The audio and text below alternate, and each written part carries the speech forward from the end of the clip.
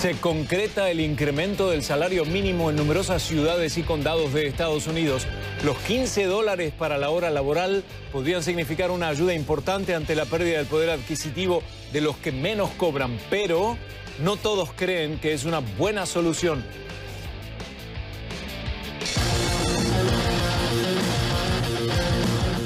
Firme advertencia de Irán hacia Estados Unidos por los ataques de este domingo en Siria e Irak para con una agrupación chiita apoyada por los iraníes.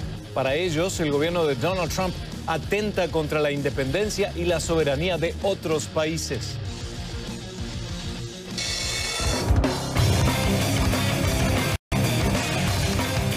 La digitalización de la información es una tendencia global, pero ¿cómo está la infraestructura de Latinoamérica en ese tema tan importante y a qué nivel compiten países como México y Brasil con el e-commerce?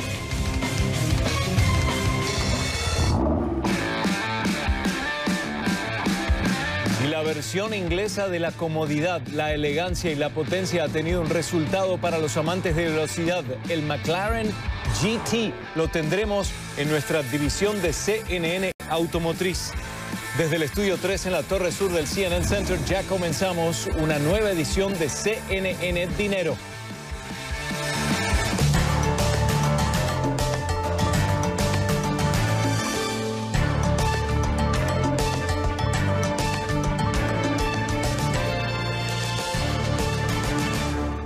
Buenas noches, soy Guillermo Arduino por Xavier Serviá. Bienvenidos.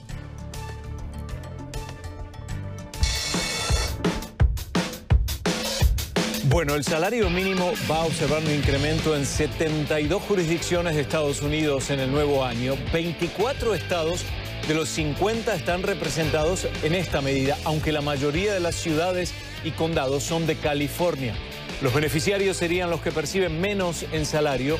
$15 es la cifra nueva para el valor hora de trabajo.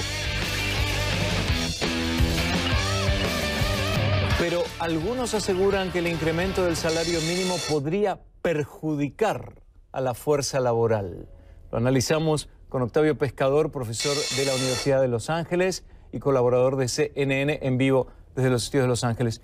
Octavio, ¿cómo estás? Es decir, la gente, los críticos dicen, más costo para el empleador, menos empleados podrá emplear. ¿Es cierto? ¿Qué tal? Buenas tardes, Guillermo. Un placer saludarte. Pues es perspectiva, de acuerdo a dónde te encuentres parado, así ves la realidad.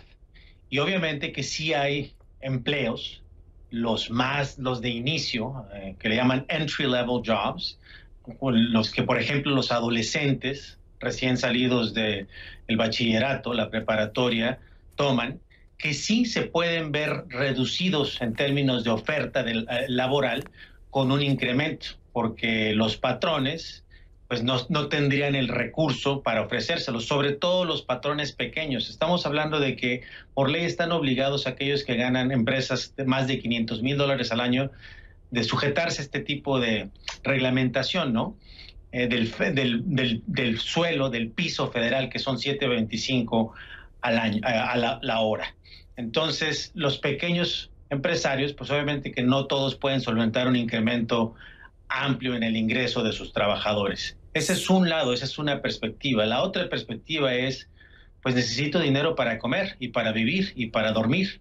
Y esto que me estás pagando en mercados como Los Ángeles o en otros sitios, donde ya paulatinamente ha incrementado el salario, pues no me alcanzan, entonces dame más. Y los sindicatos, en California, mencionaron ustedes al inicio, es donde se expande más ahora en el 2020, a partir de enero 1, este incremento que llega a los $15 por hora y que ha venido dándose al cabo de varios años, no es de tajo. La lucha sindical inició hace 7, 8 años, curiosamente en Nueva York, con los trabajadores de la comida rápida, y se expandió, y en California fue muy eficaz porque es de los pocos estados donde el sindicalismo ha ido creciendo, en el condado de Los Ángeles, a pesar que en el resto del país no. ¿Por qué existe esa gran diferencia entre la marca federal de $7.25 la hora y 15 en este caso? Eso por un lado. Y por el otro, ¿cómo se puede tomar una cifra como $15 y aplicarla a comunidades que tienen un costo de vida completamente diferente. Esos $15 por hora en Los Ángeles o en Nueva York no son lo mismo que en Charlotte, Carolina del Norte, o en, vamos a decir, Perú, Indiana. No, y New Hampshire, que es donde estaba viendo las cifras y es interesante, donde empieza el ciclo electoral, donde se define quién va a ser el candidato, al menos en el caso de los demócratas, esas dos contiendas iniciales, pues tiene tiene la base, tiene el suelo, tiene $7.25 la hora, ¿no? Y en California, hay mercados dentro de California incluso muy disímiles. El Valle Central es agrícola, hay en términos de propiedad, incluso a 3 horas de Los Ángeles, baja muchísimo el costo de vida. Se puede ir a un supermercado a 25 minutos de distancia y baja o cambian los precios de la misma fruta, de la misma calidad, ¿no? Es variable. Los mercados se definen de acuerdo a la oferta y demanda, y en este país las jurisdicciones, en términos, la potestad de las jurisdicciones es soberana. Entonces, si un estado dice, yo me ajusto a lo que me obliga el gobierno federal, y recordemos, por ejemplo, el caso de la integración de las escuelas, como muchos otros casos, donde el sur, los estados confederados durante la guerra civil, se oponían a lo que el norte o la federación les imponía. Y tuvo que entrar el ejército para meter a los afroamericanos a las escuelas. O sea, no todo el mundo está en el mismo, bailando al mismo son en Claro. Estados Unidos. Estaba pensando, recién Octavio, mientras hacías el comentario, pensaba en Miami, ¿no? Un sector que conocemos muy bien, pero que no está muy bien conectado desde el punto de vista de transporte público. Entonces, aquella persona de escasos recursos que tiene un auto puede ir a un supermercado mucho más barato. Pero si vive en un área o trabaja en un área donde no tiene una buena conexión de transporte público, no va a estar esta mujer o este hombre cargando las bolsas de una verdulería en un supermercado muchísimo más barato. Entonces hay muchísimas variables a tener en cuenta. En los últimos 30 segundos te pregunto, ¿realmente esta marca alivia a la billetera del trabajador que percibe ese sueldo mínimo, o es manipulado políticamente porque estamos en la proximidad de las elecciones? 10% de algo es mejor que 100% de nada, siempre. Entonces, si a estas personas les ofreces un boleto de camión o al cine o lo que sea, o en el caso de algunos pagar deudas porque se endeudan para pagar lo que están viviendo día a día. Hay 5 o 6 personas en un departamento de 2 familias. Entonces, nuestra realidad no es la realidad, e incluso en los Estados Unidos, de la gente que está viviendo bajo el salario mínimo. ¿Les ayuda? Por supuesto que les ayuda. ¿Se benefician los políticos si salen con la bandera y quieren encabezar el mitin o el desfile? Por supuesto, de cualquier partido, siempre es lo mismo. El político se pone al frente. Ya que se dio la lucha, ellos van y se paran. Gracias a Octavio Pescador, profesor de la Universidad de Los Ángeles y colaborador de CNN en vivo desde esa ciudad, Los Ángeles. Hasta la próxima. Cuando regresemos a esta edición, firme advertencia de Irán hacia Estados Unidos por los ataques de este domingo en Siria e Irak, para con una agrupación chiita apoyada por los iraníos. Para ellos, el gobierno de Donald Trump atenta contra la independencia y la soberanía de otros países. Lo hablaremos con Joseph Umire, director ejecutivo del Centro para una Sociedad Libre y Segura, en vivo desde Washington.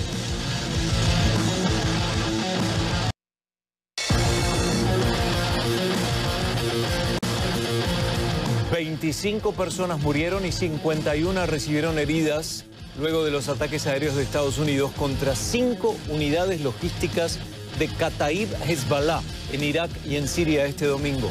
Estos milicianos chiitas reciben apoyo de Irán. Por ello, este país le hizo una firme advertencia a Estados Unidos por los ataques, al alegar que el gobierno de Donald Trump atenta puntualmente contra la independencia y la soberanía de otros países, Irak en particular.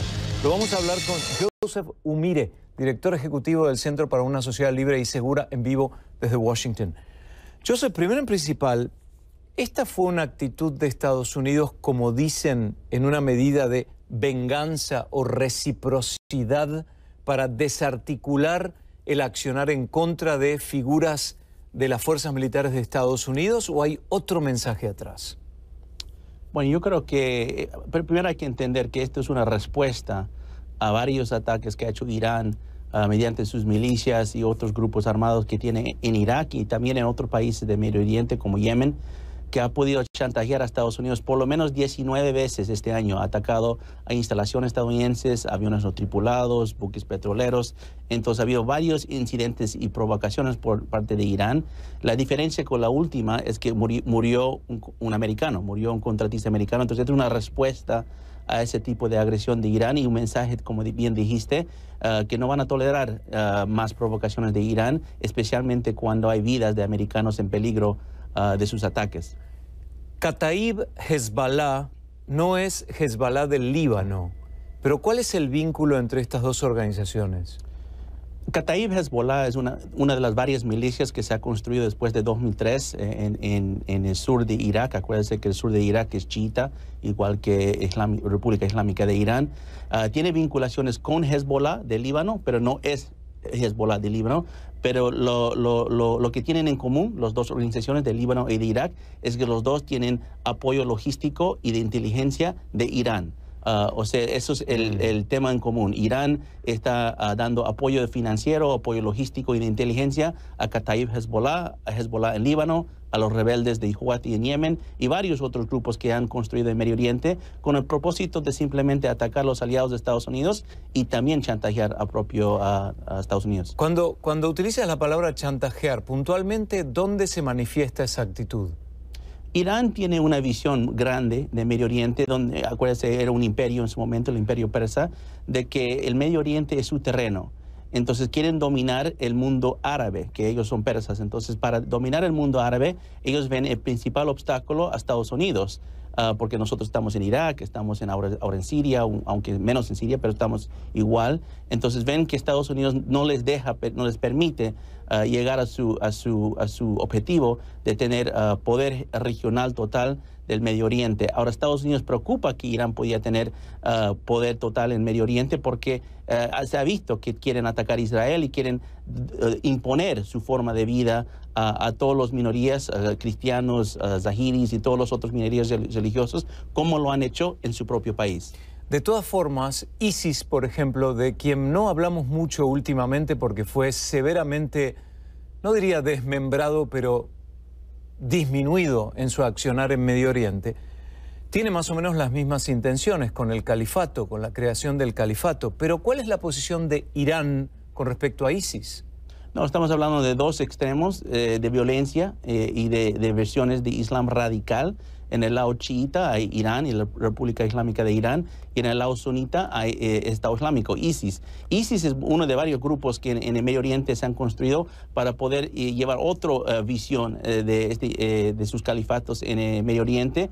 La diferencia es que ISIS no tiene el poder de un Estado, y ISIS que quiso construir ese poder y no lo pudo hacer, y obviamente está muy debilitado hoy en día. Irán lo ha construido y ya está en poder por más que 40 años. Entonces es una grande diferencia en su escala y nivel de potencia que tienen los dos grupos. Pero de todas formas, lo que hizo Estados Unidos y sus aliados con respecto a ISIS, a Irán le vino bien, porque es un enemigo de Irán, ¿no? No, es correcto. O sea, Irán no calcula con ISIS siendo un aliado. ISIS más bien es otro obstáculo que han visto. Claro. Sin embargo, ISIS ha sido un obstáculo muy menor para Irán. En cambio, ellos ven a Estados Unidos como un obstáculo mucho más grande. Vayamos un poco más afuera ahora y hablemos de países. ¿Cuál es la posición de Rusia? ¿Cuál es la posición de China con respecto a esto que está sucediendo? ¿Cuál es la posición de Turquía con respecto a este último ataque? Eso es una excelente pregunta, porque justo hace 4 días inauguraron un ejercicio militar conjunto por primera vez. Las armadas de esos países que mencioné antes, menos Turquía, pero la armada de China, Irán y Rusia hicieron un conjunto ejercicio militar en el Golfo de Omán y el Océano Índico, para demostrar que los tres fuerzas militares se están uniendo para tener capacidades conjuntas. Eso no hemos visto anteriormente. Sí hemos visto cooperación en el lado comercial, alguna cooperación en el lado de defensa, pero donde sus armadas están entrenando conjunto de esta magnitud, es algo que está mandando un mensaje diciendo que Irán está con una alianza mayor estratégica con dos potencias nucleares, que es Rusia y China. Exacto. Es decir, es una advertencia. Habrá que evaluar realmente el poderío cuál es, porque realmente me pregunto si China tiene el poderío armamentista como para poder enfrentarse a Estados Unidos y sus aliados. ¿Lo tiene o no? O tal vez no China por solo mismo China, pero cuando agregas a Rusia y agregas a Irán, yo diría más, agregas a Venezuela, agregas a Cuba, estamos hablando de esta alianza multipolar que es como la Guerra Fría, pero multiplicado por 4 o 5. O sea, cuando agregas su potencia es donde pueden ser el rival de Estados Unidos. Uno solo no lo es. Por eso se llaman la fuerza multipolar, porque ellos ven conjunto, el enemigo de su enemigo es su amigo, entonces ellos ven a Estados Unidos como ese enemigo. Comprendemos un poco más la tensión entre Irán y Estados Unidos y sus repercusiones gracias a Joseph Umire, director ejecutivo del Centro para una Sociedad Libre y Segura, que nos acompañó en vivo desde Washington. Buenas noches. Regresamos en instantes nada más con la digitalización de la información, una tendencia global. Pero, ¿qué hay con la infraestructura en Latinoamérica con respecto a esta digitalización? ¿Y a qué nivel compiten México y Brasil en el tan ansiado e-commerce? Lo analizamos con José Guerrero Cusumano, profesor de la Escuela de Negocios de Georgetown University, en vivo desde Washington.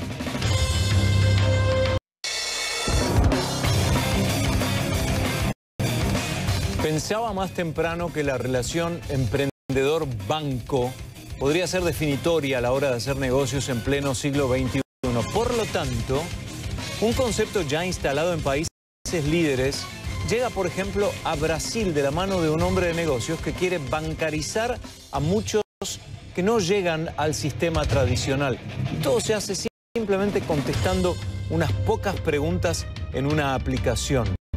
Vamos a hablar del tema digitalización, bancarización, e-commerce, con José Guerrero Cusumano, profesor de la Escuela de Negocios de Georgetown University, que está en vivo con nosotros desde Washington. Es un problema grande, ¿no? El tema de la informalidad a nivel comercial en muchos países del mundo. Nos enfocamos obviamente, José, en Latinoamérica. ¿Se gana esa batalla o no? Mira, yo pienso que la situación digital en América Latina está progresando netamente, como tú lo sabes, pero hay muchos problemas asociados, ¿no? Tú dijiste el ejemplo de la bancarización en Brasil. Nosotros sabemos que una gran cantidad de personas en América Latina no tiene cuentas bancarias o están desbancarizadas.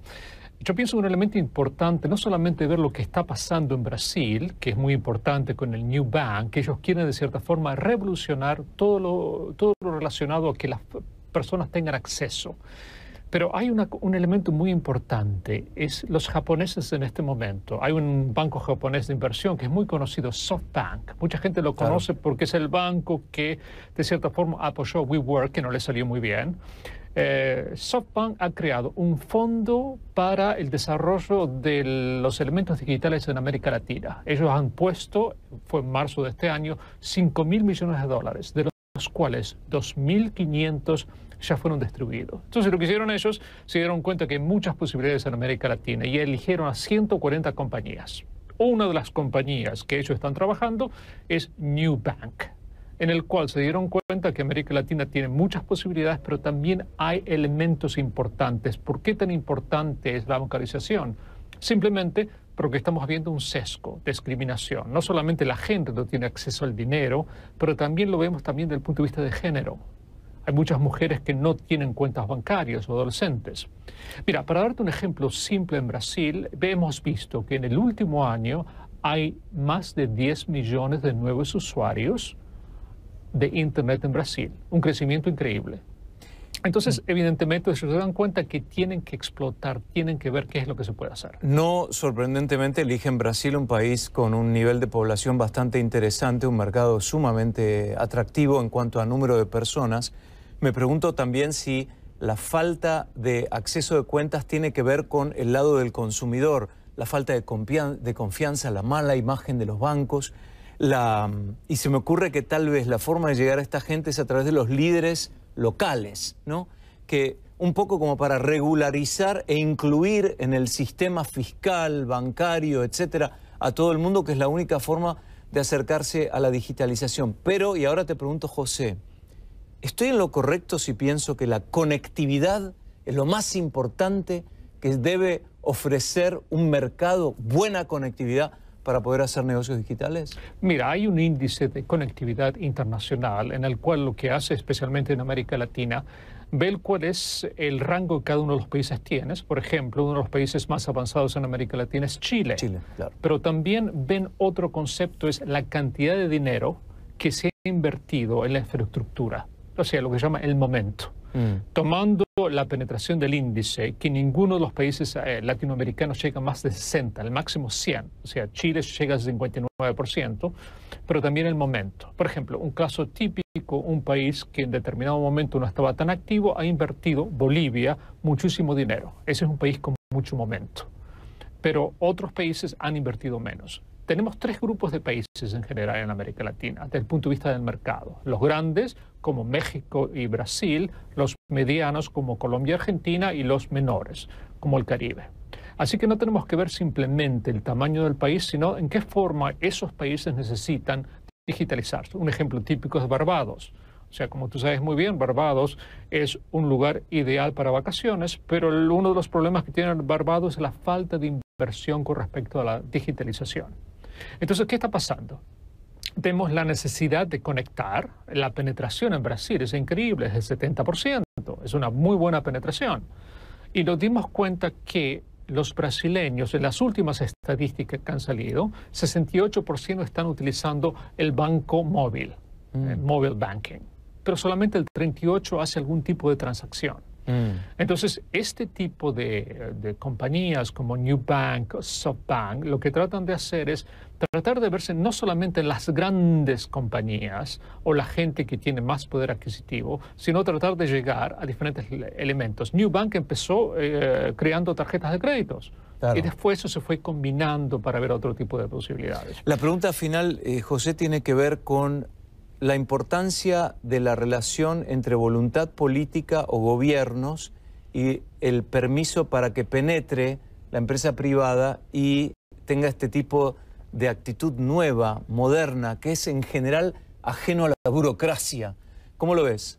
Mira, desde el año 2015 se han visto muchas actividades a nivel nacional o internacional, ¿no? El plan del ALC del 2020 lo que trata de hacer es crear dentro de los países instituciones del punto de vista gubernamental que puedan ayudar a ese tipo de desarrollo conjuntamente con las empresas privadas. Si no tenemos al gobierno, claro, no tenemos las grandes empresas privadas para manejar esto, pero recuerden ustedes, la gente sigue utilizando lo digital, a lo mejor no tanto por internet, pero sí todo lo que sea el teléfono móvil. Recuerda que la penetración en América Latina del teléfono móvil, también en India, que se vieron casos similares, ¿no?, con respecto a los microcréditos, es un elemento importante, pero sin el gobierno y también sin la estabilidad económica va a ser complicado. Ahora bien, nosotros sabemos muy bien que América Latina, los últimos pronósticos, que va a crecer en ventas de e-commerce este año el 22%. 22% es una cantidad muy respetable.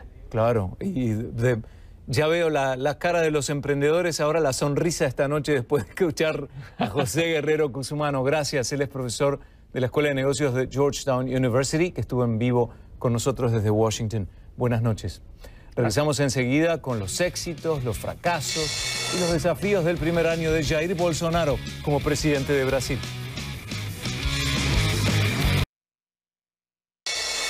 Estos son los breves económicos de CNN Dinero. Los cuestionamientos del primer ministro británico Boris Johnson sobre el funcionamiento de la BBC al parecer no han caído en saco roto. Menos gente confía en el canal estatal y más gente cree que debe revisarse la manera en la que es financiada, según una encuesta realizada por Savanta Combs en la que fueron consultadas 2.000 personas. 69% de los británicos considera que la BBC ofrece información imparcial, pero ese porcentaje es menor que el 73% que prefiere el canal rival ITV. El estudio también reveló que 67% cree que debe modificarse su método de financiamiento. El año pasado, la BBC recibió $5.000 millones de los impuestos. Las primeras 15 personas que recibieron el nuevo modelo del vehículo eléctrico de Tesla, el modelo 3S, fueron trabajadores de la fábrica ubicada en Shanghái. Este lunes se celebró la entrega oficial de los autos en la planta que fue construida en menos de 10 meses. Wang Hao, el gerente general de Tesla para China, aseguró que más entregas vendrían en los próximos días. Desde el 25 de octubre, la empresa está recibiendo pedidos de este auto en China. El precio de salida al mercado es de $51.000, aproximadamente 2% más barato que el modelo importado. La empresa Wise Labs, especializada en manufactura de cámaras inteligentes y otros artículos de conexión doméstica, confirmó 2 fallas de seguridad en la que la información de millones de sus clientes quedó expuesta al público. Desde el 4 hasta el 26 de diciembre, 2.400.000 personas fueron afectadas por la primera fuga, que estaba relacionada sobre todo con correos electrónicos y claves utilizadas para conectar los teléfonos celulares a asistentes personales electrónicos como Alexa. La empresa no comentó sobre la naturaleza de la segunda falla, aunque especificó que no se había filtrado ni información financiera ni contraseñas. Investigadores científicos revisaron más de 9.700 páginas de documentos de la Administración de Drogas y Alimentos de Estados Unidos con el fin de estudiar el impacto que han tenido las estrategias contra los opioides. El informe publicado este lunes en la revista JAMA Internal Medicine indica que se comprobó clínicamente que aunque su uso es útil entre ciertos pacientes, también se ha suministrado en exceso, se usa sin receta médica y hay una desproporción en la cantidad de muertes por sobredosis. Estas fueron otras breves económicas de CNN Dinero. La idea de perforar túneles bajo tierra para aliviar el tráfico de las ciudades altamente congestionadas comenzó como una broma en 2016 y se transformó en un negocio que ahora está listo para comenzar a funcionar en 2020. Esto lo anunció vía Twitter Elon Musk. El proyecto de los túneles subterráneos comerciales que ejecuta la empresa The Boring Company está previsto por arrancar en Las Vegas, que será la ciudad que, con suerte, según Elon Musk, tendrá este tipo de túnel completamente en operación para el 2020. Y Las Vegas no será la única ciudad, porque entre los planes están Chicago y Baltimore. Los túneles subterráneos transportarán a las personas en automóviles o en cápsulas de pasajeros autónomas. Tesla, por supuesto, es la marca de estas estructuras para evitar el tráfico y moverse más rápido. Lo harán a una velocidad de hasta 249 kilómetros por hora, según afirma la compañía, aunque Musk sueña que se viaje a 965 kilómetros por hora.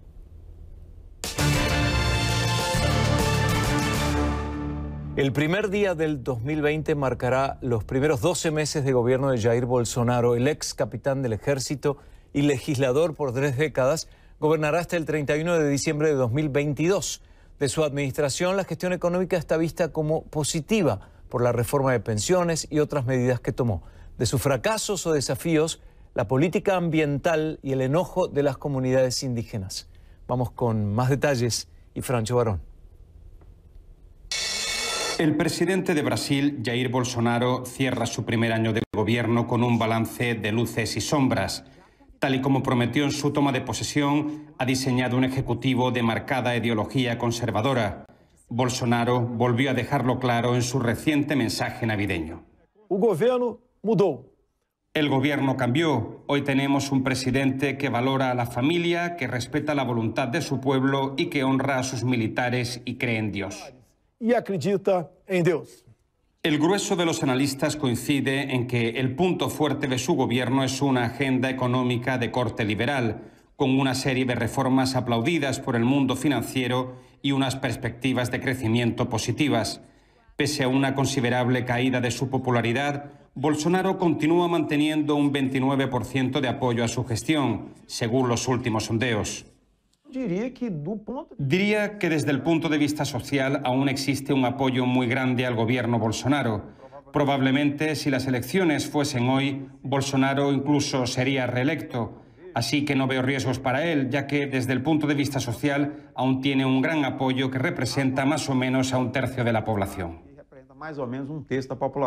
Bolsonaro parece moverse como pez en el agua en el terreno de la polémica, enfrentándose por igual a determinadas instituciones de su país, a líderes de izquierda de otros países u organizaciones civiles de corte progresista. Su política exterior está marcada por el alineamiento casi total con la administración estadounidense de Donald Trump y por el alejamiento de organizaciones multilaterales. Nadie podrá afirmar que el primer año de gobierno de Jair Bolsonaro ha sido un año tranquilo. 12 meses de polémicas y de sobresaltos casi permanentes que, sin embargo, no han causado grandes estragos en su base electoral más fiel, más leal. Y todo ello inclusive con alguna que otra polémica de ámbito internacional y de alto voltaje. Fue el caso del aumento de los incendios en el Amazonas, confirmado por varios organismos brasileños e internacionales. Bolsonaro se enfrentó a ONGs ecologistas e incluso al presidente francés Emmanuel Macron, que lo acusó de abandonar la agenda medioambiental. Casi todos los analistas coinciden en que este es el talón de Aquiles de su primer año al frente del gobierno.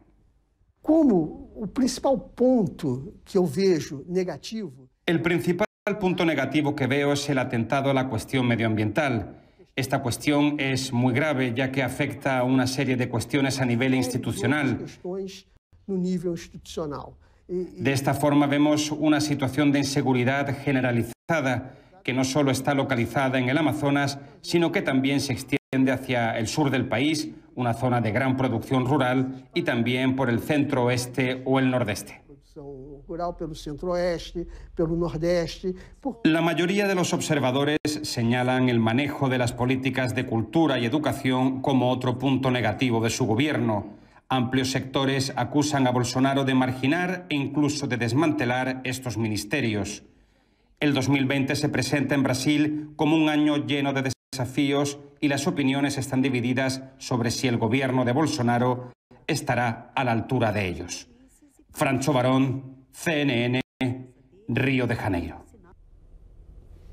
Francho, gracias. El Programa Mundial de Alimentos de la ONU publica nuevas pruebas que demuestran la sequía y el colapso económico en Zimbabue. La sequía de este año ha traído el riesgo de la hambruna, dice el Programa Mundial de Alimentos. Por eso, David Mackenzie, de CNN Internacional, viajó a Zimbabue y vio de primera mano los efectos del cambio climático. Aquí está. Es increíble, ¿verdad? Ver a las cataratas Victoria, una de las maravillas naturales del mundo. Pero esto es lo que sucede hoy en día. Esas aguas cristalinas desaparecieron. Los científicos en cambio climático dicen que la crisis fustiga fuertemente a esta región. Un año de múltiples sequías han transformado los ríos y las tierras cultivables en kilómetros y kilómetros de arena y tierras arrasadas. Aquí no se especula sobre el cambio climático, aquí se sufren las consecuencias. Orgulloso alguna vez de su producción, Felistus Ncube ahora debe recurrir a dádivas para sobrevivir con una sola comida al día. Hace tiempo, mucho tiempo, antes llovía, pero ahora ya no llueve. Es una hambruna que afecta a unas 45 millones de personas, según estimaciones de la Organización de Naciones Unidas. Y en esta parte de África, la crisis climática se está agravando. Se proyecta que el calentamiento en la región aumentará el doble que a nivel mundial. El científico François Engelbrecht es uno de los principales autores de los informes de cambio climático respaldados por la ONU. A este paso, la región del sur de África en 5 décadas será irreconocible en comparación con la que conocemos hoy. Y en un futuro que no contempla una drástica reducción de las emisiones, será un lugar casi invivible. Será 3 veces más probable que se repitan hechos como el llamado Día Cero en la Ciudad del Cabo, lugar que quedó prácticamente sin agua el año pasado, y los ciclones como el Idai que azotó a Mozambique en marzo serán más poderosos y más frecuentes. Acontecimientos extremos que castigan a países que no son responsables directos de causar la emergencia climática. Debemos entender que si analizamos la culpa histórica por el problema del calentamiento mundial, África tiene una responsabilidad ínfima. ¿Del 1%? 1%. Pero ahora África está entre los primeros en sentir los efectos devastadores. Quisiera que frenaran el cambio climático porque somos nosotros quienes lo sufrimos. Si el clima sigue así, no lo lograremos. David Mackenzie, CNN, Zimbabue Occidental. Regresamos en un par de minutos con la versión inglesa de la comodidad, la elegancia y la potencia que ha tenido un resultado para los amantes de la velocidad. El McLaren GT lo veremos en nuestra división de CNN Automotriz. Ahora le damos una mirada a los mercados y monedas al cierre.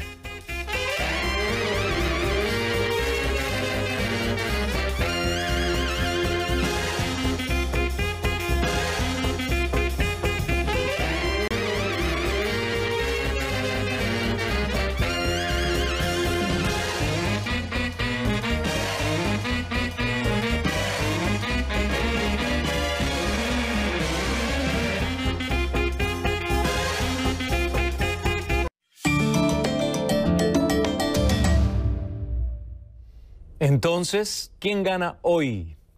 El ganador es el Nikkei 225, porque el índice bursátil de referencia de Japón cerró el 2019 entre los de mejor desempeño de la región.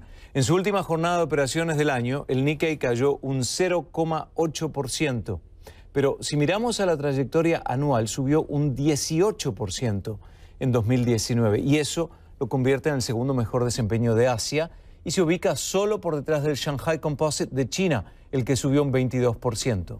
El Nikkei alcanzó su nivel más alto a principios de este mes tras el anuncio por parte del gobierno japonés de un paquete de estímulo masivo para impulsar el crecimiento económico. También contribuyó al repunte el descenso de las tensiones comerciales entre Estados Unidos y China. Entonces, por haber marcado un comienzo de año débil, pero haber cerrado este 2019 en el nivel más alto desde 1990, nada menos, el Nikkei 225 se lleva hoy la medalla de oro de CNN Dinero. ¿Y quién pierde hoy? La empresa Tesla, porque sus acciones cayeron tras previsiones de venta débiles. Este lunes, las acciones de Tesla cayeron un 4%, después de que el analista Jeff Osborne señalara que la empresa no cumplirá su objetivo de ventas en el cuarto trimestre. El especialista hizo además un pronóstico aún más grave. Dijo él que las acciones de Tesla podrían reducirse a la mitad del próximo año. En julio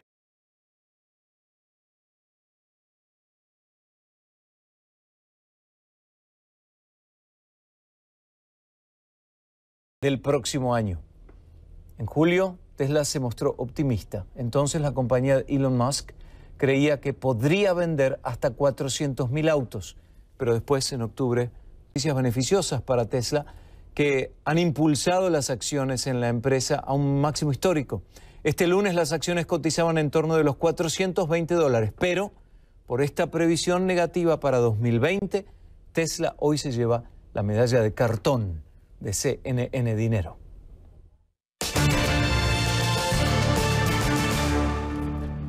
Los fabricantes de autos deportivos a menudo se jactan que hacen autos de carrera que se pueden conducir en la calle, pero si uno planea conducir su automóvil en la calle, probablemente debería conducir algo que esté optimizado para eso. Las calles no son pistas de carrera, las calles tienen baches, tienen atascos, y la respuesta, dice la compañía inglesa McLaren, es su nuevo GT. Lo vemos ahora en nuestra división de CNN Automotriz. Aquí está.